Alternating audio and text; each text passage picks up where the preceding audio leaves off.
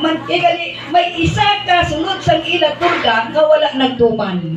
Nung may ginkuha sa nga isa ka bar nga bulawan, gintago iya sa turda, wala sing nakaibalo. Amo man na sa sulod sa panimalay. Kung may isa ka panimalay nga gusto magsimba, ang isa hindi, no may ara nga ginatawag nga curse. No? Ganyan nga kung hindi man naton sila madala sa pag-alagad sa Ginoo, ipangamuyo naton, kag kita makita ang pagbago sa kabuhi naton. Kaysa uli sila na lang malang na iya ang magaupod sa imo. No?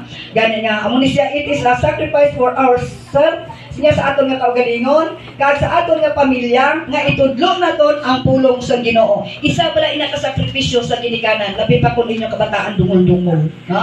Isa ka sakripisyo ang pagtudlo sa pulong sa Ginoo. Ikip, sinya kinanglanggit nga itudlo ang pulong sa Dios, kag i-meditate ang pulong sa Dios, whatever you do. Maski diin ikaw makadto, are obedient sila niya, diri kita ginatistingan sang Ginoo kung tumanong naton o kung hindi ang iyang mga pulong. No? Gani ko, wala nyo ginatudlo ang pulong sa Diyos sa inyong kabataan.